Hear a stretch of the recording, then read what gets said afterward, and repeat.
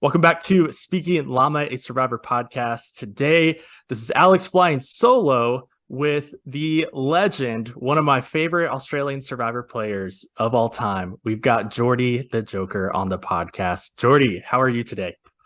G'day, mate. Really well, thanks. They're very kind words. Whether I'm deserving of them or not, I appreciate it. I think you're deserving. You've been my favorite since last season too. I work in Austin, Texas, and appreciate Matthew McConaughey, and the Golden God is one of my favorites as well. So last year when you said that was the combo of you, I thought, man, this is my guy. This is it. That's fantastic. Yeah. Austin seems like the place to be, man. You're there. Joe Rogan's there. Like, isn't Tesla there now too? It's all happening. It's all there. Yeah. Well, hey, if you ever visit, let me know. We'll hook you up. Yeah, you got a spare room? I got an air mattress. Yeah, great. Done. All right. Well, Jordie, I'm really curious, as a returning player, how did you prepare for this season when you got the call, and how was it different than maybe your first season? Great question. As you probably saw, it was a bit different for me this season. Last season, a few weeks before leaving, I had just lost my stepmom to cancer. And so I was in a pretty different sort of mental headspace. I was looking for any escape possible. Whether that's the right way to grieve or not, I'm not sure. But whereas this time, everything had changed. Like, I was happily engaged, and, we've got a baby on the way, and, so it was very different. Originally, I'd said yes to coming back. They asked me to come back, and I was super excited. And then not long after that, my partner, Sam, fell pregnant. So, you then start to question your priorities and what's important and where should I be putting my time, and I ended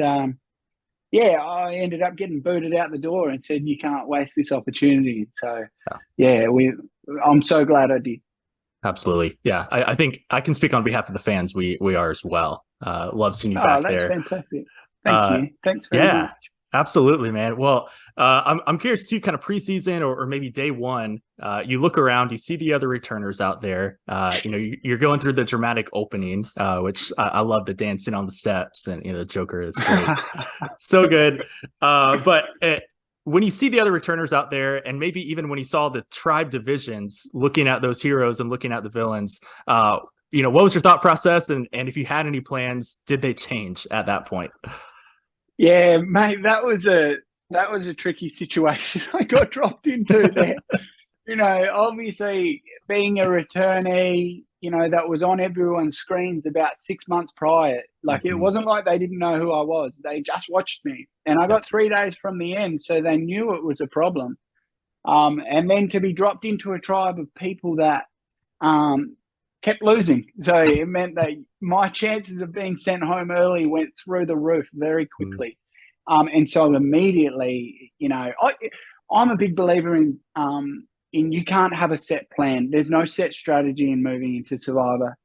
You have to address the situation when you get there.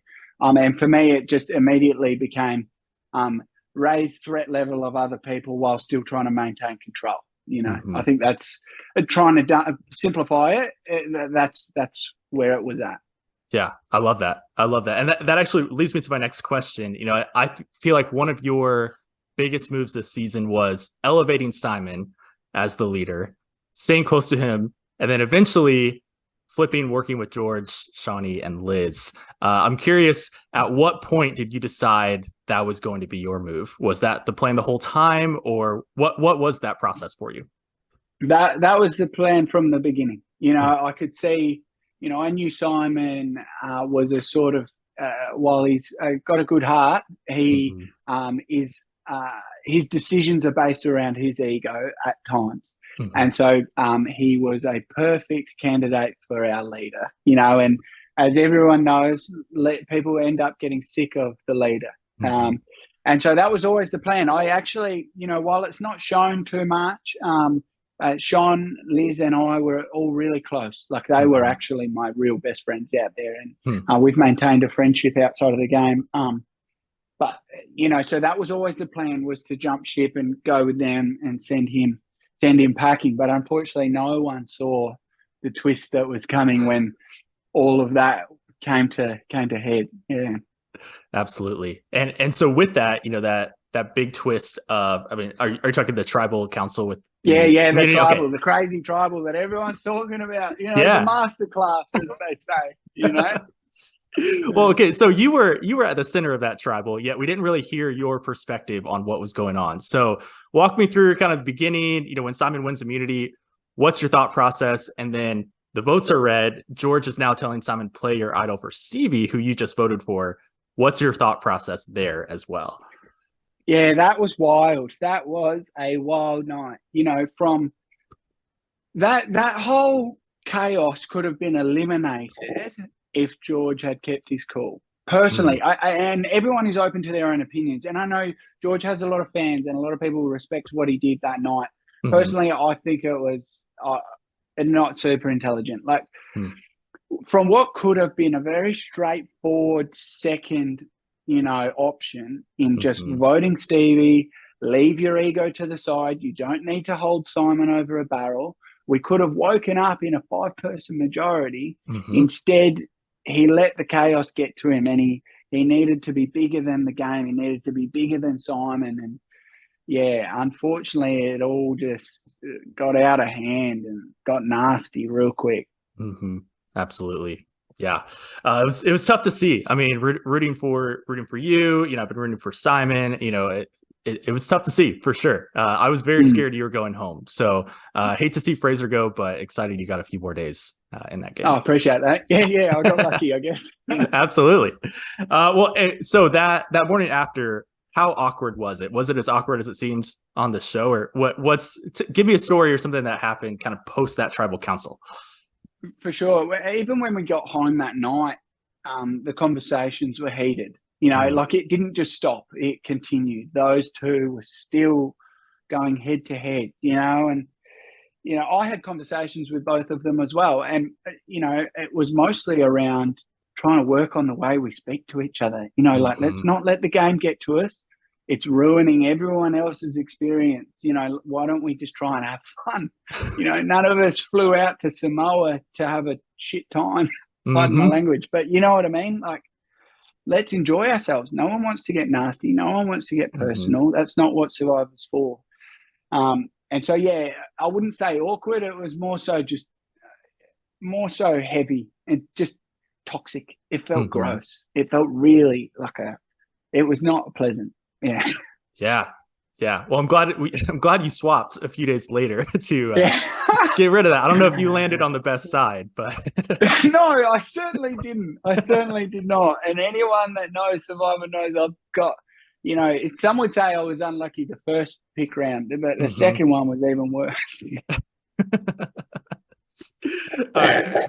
Well, one of my questions for you watching this last episode, I thought the strategy of you talking to Nina and Haley about your two idols and then forcing them to give you a name, you not telling them a name, making them tell you, and then saying, if there's whispers, we'll just vote for you. I thought that was genius. I mean, talk about a masterclass. I think that is a masterclass in using an idol effectively to kind of use some power there. How did you come up with that plan? What was that process like? For me, it was based around the fact that I knew that this whole group of people were playing it very, very safe. It was very much let's all use our numbers to get through as far as we can. And you and I both know I don't enjoy that style of gameplay.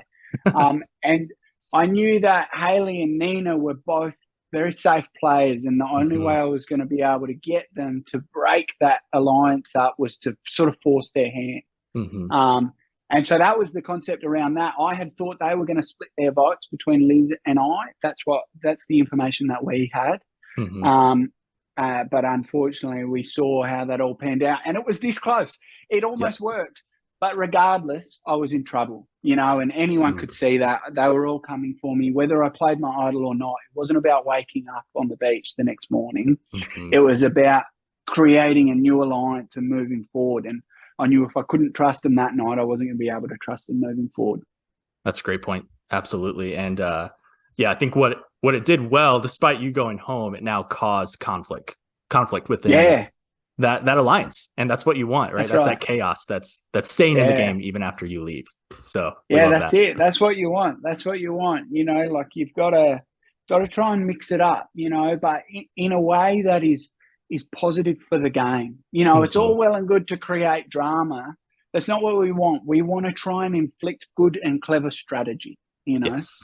Yeah. And I think that's why I like rooting for you and did last season too. It's chaotic, but it's not aggressive or it's not mean spirited. It's fun. Yeah. And that's the best right. part.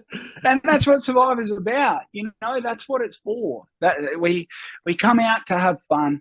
While there's $500,000 on the line, that's fantastic. But in the end, 23 of you only come home with memories. So how are you going to remember your experience? Yeah. And I know with you going home with that idol, I'm sure you get lots of questions about it now and today. I'm not going to ask any questions. You could play the would have, should have game, but all I'll say is you're among the greats now to go home with one. So it is a good group, an unfortunate group to be in, but a good one. Yeah. I appreciate that. Yeah, I appreciate it. And I stand by my decision, but you will always, no matter what, no matter how solidified your strategy was, you always go, but then what if I could have, but what about, but they were, and you go, well, just, you got to let it go, mate. Let it go. It's done now. And that's, that's the trickiest thing about Survivor, to be honest. You get sucked back into it. You go through the whole experience and that's traumatic enough. And then you come back and you've got to live through it again. And then you're exposed to not only your own opinions of yourself, but the general public's opinions of yourself as well. And it's draining, dude. It's draining. I bet. Yeah. I do not envy you at all. So hope you find time to turn off the phone and mute the notifications and everything. So I will, mate. I will. That's good. Well, hey, 2 more questions for you, Jordie, as we kind of wrap up here. Any fun moments that happened out there, either on the original villains or kind of on the super villains tribe that we didn't get to see that you wanted to share? Here's a great one, actually. It's something that, and perhaps you had to be there. It could be a you had to be there moment. But I remember Fraser and I were at the time in charge of cooking. And we found, as you know, when we raided the Heroes tribe, we took all their veggies, right? And something that we started to do, even though we were advised against it for health reasons, we started to put small amounts of seawater when we cook our vegetables in the water.